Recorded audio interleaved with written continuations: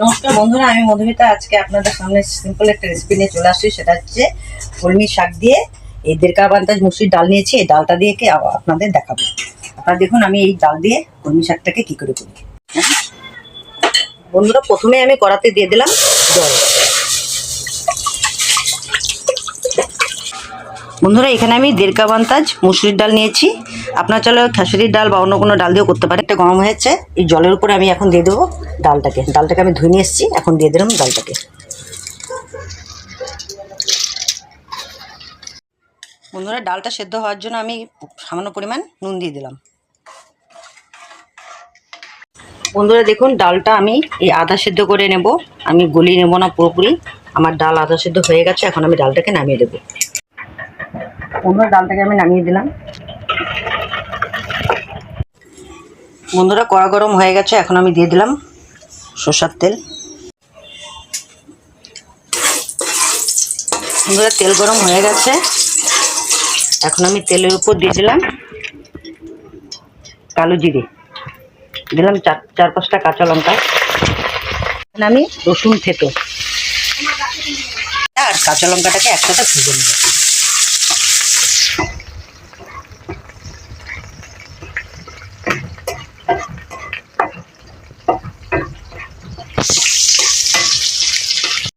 কলমি শাকটাকে ধুয়ে কেটে কুচি কুচি করে কেটে রেখেছি। এখন আমি শাকটাকে দিয়ে দেবো ভাজার উপরে।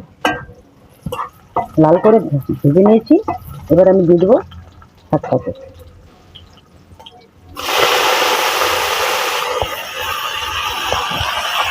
সাথে সাথে রসুনটাকে মিশিয়ে নেব। ভালো করে মিশিয়ে নিয়েছি। দেখুন বন্ধুরা, আমি সামান্য পরিমাণ নুন দিয়েছি, তাই আমি এখানে নুনের পরিমাণটা কম দেব। হলুদ গুঁড়ো, হলুদটার সাথে শাকটাকে ভালো করে মিশিয়ে নেব।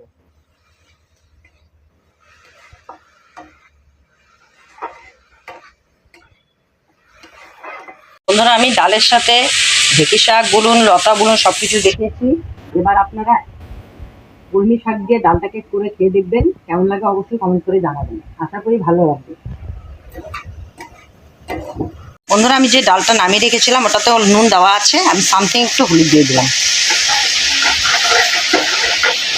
ভালো করে ভেজে নিয়েছি আমি। এখন আমি এখানে যে ডালটা সেদ্ধ করে রেখেছিলাম সেই ডালটাকে আমি দিয়ে দেবো।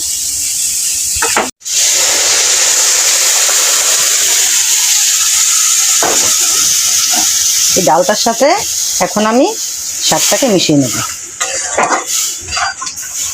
এই শাকের ডালটা যে হবে, এটা বেশিরভাগ ক্ষেত্রে ঘন হবে। পাতলা হলে খেতে ভালো লাগবে না। এর মধ্যে আমি অবশ্যই, আপনারা যদি এই ডালটা করেন তাহলে অবশ্যই রসুন দেবেন। আর সমস্যার জন্য কালো জিরা দিতেই হবে, তাহলে সেন্টটা ভালো আসবে। আর এই ডালটা দেখুন আপনারা এরকম হবে, মানে গোটা গোটাই থাকবে। সেদ্ধ হয়ে যাবে কিন্তু গোটা গোটা থাকবে, আর এরকম ঘন হবে।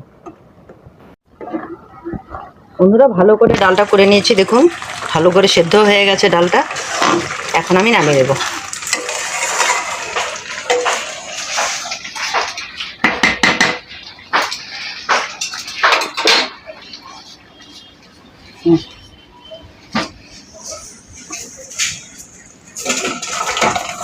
বন্ধুরা, এই মসুর ডাল দিয়ে কলমি শাক আপনাদের কেমন লাগলো অবশ্যই কমেন্ট করে জানান। আর যদি ভিডিওটা ভালো লেগে থাকে অবশ্যই লাইক শেয়ার সাবস্ক্রাইবটা করে দেবেন। আর যদি এইভাবে খেতে চান তাহলে অবশ্যই বানাবেন। ভালো লাগলে কমেন্টে জানাবেন আর বেশি করে শেয়ার করুন।